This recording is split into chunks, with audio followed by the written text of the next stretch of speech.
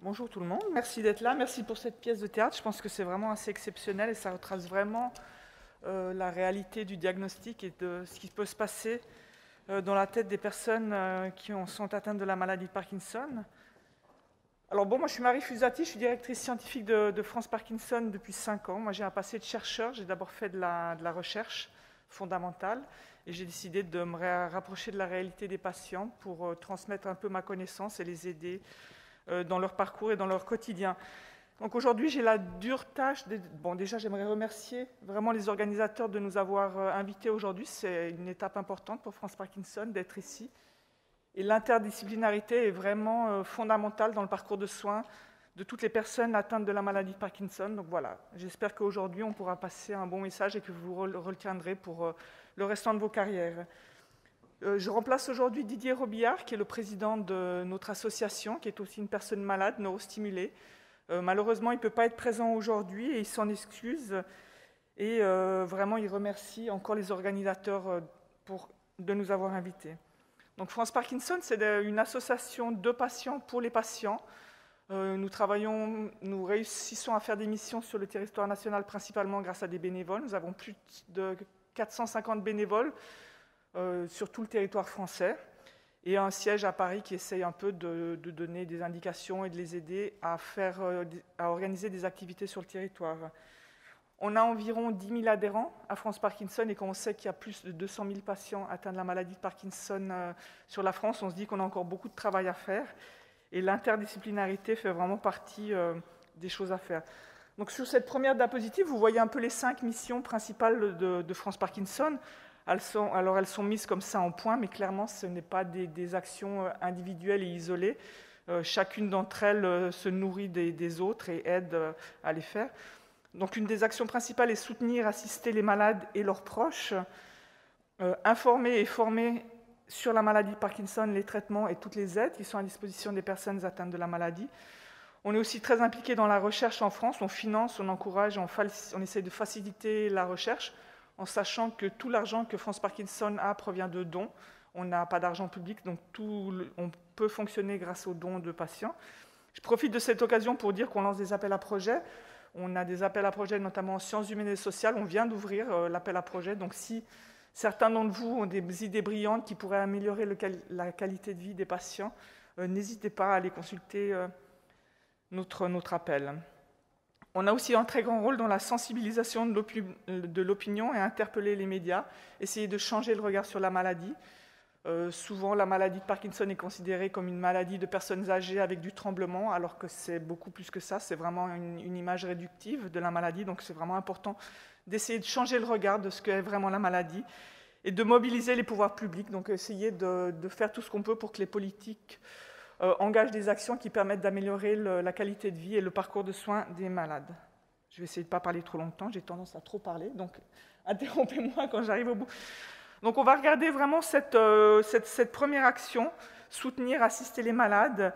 Et en fait, ce qui est vraiment important, c'est de considérer la personne malade dans son intégralité. On a vu la pièce de théâtre, ça nous représente certains symptômes de la maladie. On a vu les symptômes moteurs comme le tremblement, les raideurs.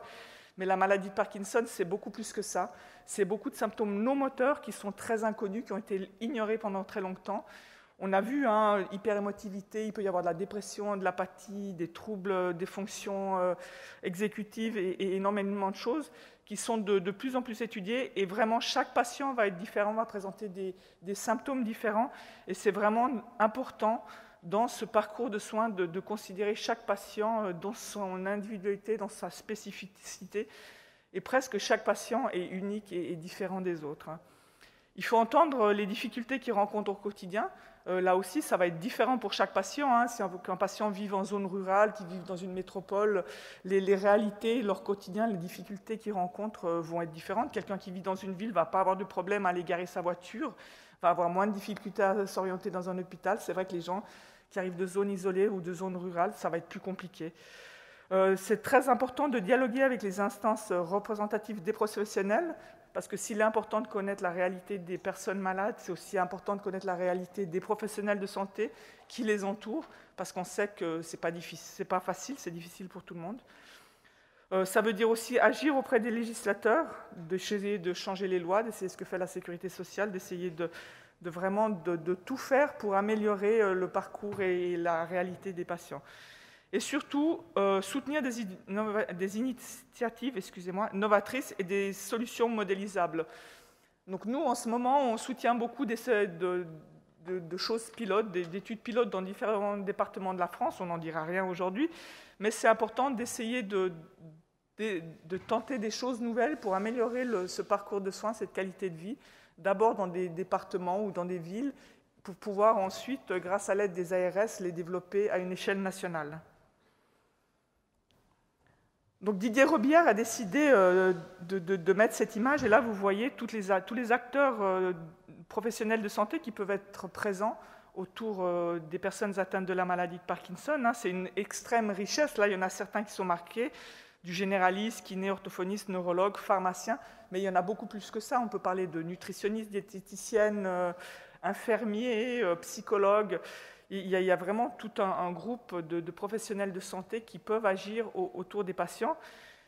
Et là, Didier a voulu les mettre chacun de couleurs différentes, un peu pour indiquer qu'en fait, si tous ces acteurs sont présents autour des patients, il reste quand même une certaine verticalité et la communication entre le patient et les différents professionnels de santé doit encore être améliorée. On ne lance de pierre à personne, tout le monde est surchargé, mais il y a vraiment un gros effort à faire justement sur cette interdisciplinarité et vraiment le dialogue entre le patient et les différents intervenants, mais aussi le dialogue entre les différents intervenants pour qu'il y ait vraiment une communication qui passe entre eux dans le but de vraiment améliorer et faciliter le parcours de soins. On a vu dans cette pièce de théâtre le téléphone qui sonne, c'est compliqué. Les personnes malades ont vraiment des agendas de ministres avec des rendez-vous chez le kiné, chez l'ortho, chez le neurologue. Donc c'est vraiment aussi difficile pour eux d'organiser leur journée et il ne faut pas l'oublier. Donc voilà, ces différentes couleurs, en fait, il aimerait les réunir et on verra une diapositive sur la fin qui l'illustre. Alors, quel est le risque en fait de ce manque de communication, de ce manque d'interlocuteurs? C'est vraiment une rupture du parcours du soin qui peut être liée souvent à des problèmes de temps. On l'a vu, le neurologue, il n'a pas forcément beaucoup de temps à échanger avec le patient souvent impressionné, le malade souvent impressionné, a peur de poser des questions. Donc c'est difficile, il y a souvent des problèmes de coût. On sait qu'il y a des choses qui vont vraiment aider le patient dans son parcours, comme des psychologues ou même des approches auprès de diététiciennes, qui ne sont pas couverts par la sécurité sociale. Donc il y a aussi tout un travail à développer pour essayer, au niveau de l'économie de santé, pour vraiment démontrer qu'un travail de prévention va à long terme améliorer la qualité de vie des patients et peut-être réduire des interventions plus graves dans le futur. Il y a un problème de formation de beaucoup de professionnels de santé. Nous, chez France Parkinson, on organise des journées de sensibilisation à la maladie de Parkinson parce que un malade de Parkinson va être différent tous les jours, va être différent selon l'heure de la journée, selon le moment par rapport à son traitement. Et si on va à un kiné un jour et 2 jours après, on ne sera peut-être pas le même, on aura plus d'apathie et de choses comme ça. Donc c'est vraiment important que les professionnels de santé soient aussi formés à la maladie de Parkinson pour qu'ils puissent mieux comprendre la personne qu'ils ont en face d'eux. Il y a des manques d'outils de communication pour permettre aux différents acteurs de communiquer entre eux de façon simple. Donc c'est vraiment des choses à développer. Et il faudrait peut-être inventer une nouvelle fonction. C'est déjà le cas dans d'autres pays européens qui essayent d'avoir des coordinateurs de soins qui seraient le lien entre le patient et tous les acteurs qui tournent autour d'eux. Et ça, c'est quelque chose qui, pour France Parkinson, est très important d'essayer, peut-être, avec ces nouvelles formations au niveau des infirmières en pratique avancée, qui puissent être formés plus vers des pratiques neurologiques ou maladies de Parkinson en particulier, pour vraiment essayer d'être des coordinateurs entre le patient, la personne malade et tous les acteurs autour d'eux. Alors pourquoi une rupture dans le parcours de soins est très, très compliquée? Nous, on a des exemples tous les jours, des témoignages, des gens qui nous avancent, qui nous appellent souvent. Souvent, les personnes malades peuvent voir un neurologue tous les 6 mois quand ils ont de la chance. Souvent, c'est 1 fois par année. Et le médecin généraliste n'est pas forcément formé ou ne connaît pas bien la maladie de Parkinson.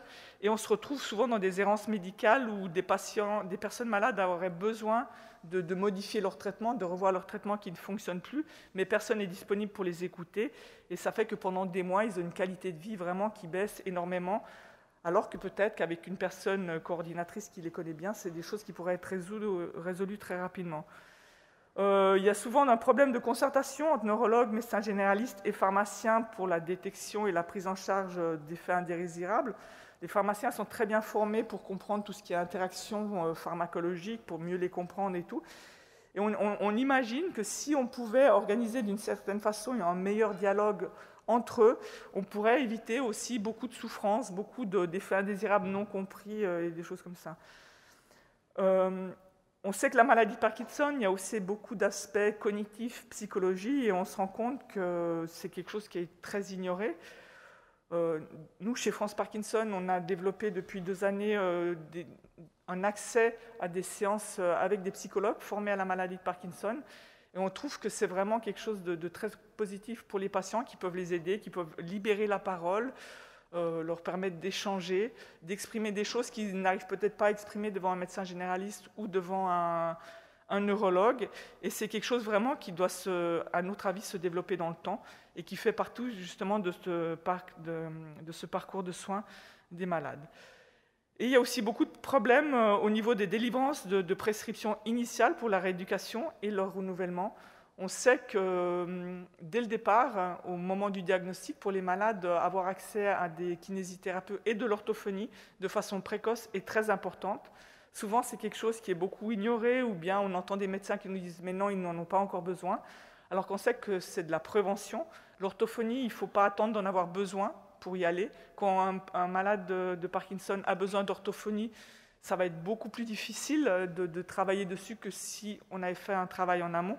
Donc il y a vraiment beaucoup de travail de communication à faire à ce niveau-là pour essayer de passer le message de l'importance de certains actes, de certains professionnels de santé autour des malades dès le départ. Donc en fait, ce qu'on voudrait tendre, parce que nous, c'est un patient unifié, mais quand on entend patient unifié, en fait, c'est tous les professionnels de santé unifiés autour du patient, avec vraiment le patient au centre et tous les acteurs autour d'eux. Et je vous parlais tout à l'heure des professionnels de santé qui avaient tous une couleur différente. L'idée, c'est qu'on ait un peu cette espèce d'arlequin avec toutes les couleurs et qui soit vraiment là avec toute la connaissance pour l'apporter au niveau des patients et rendre leur quotidien plus facile tous les jours. C'est très important dans ce sens d'avoir une formation continue qui renforce les connaissances de tous les professionnels de santé autour. Ça faciliterait vraiment les choses. Et surtout le développement d'outils accessibles et pratiques pour faciliter la concertation entre les différents professionnels de santé et la coordination. Et Didier m'a demandé de lire un texte d'un grand philosophe pour justement illustrer cet arlequin multicolore. Je vais vous le lire. Il l'aurait lu sûrement beaucoup mieux que moi, mais je vais faire de mon mieux. Qui êtes-vous donc? L'intersection fluctuante par la durée de cette variété nombreuse et bien singulière de genres divers.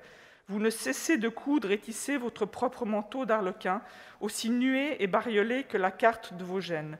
Ne défendez donc pas, becs et ongles, l'une de vos apparences. Multipliez-les au contraire pour enrichir votre souplesse. Donc on comprend bien par ça que les acteurs qui sont autour des malades atteints de la maladie de Parkinson sont tous importants et que si on réussissait à les mettre tous ensemble et les faire communiquer tous ensemble de façon plus efficace, ce serait encore mieux, aussi bien pour eux que pour les personnes atteintes de la maladie de Parkinson. Voilà, je vous remercie de votre attention et je vais laisser la parole au prochain interlocuteur.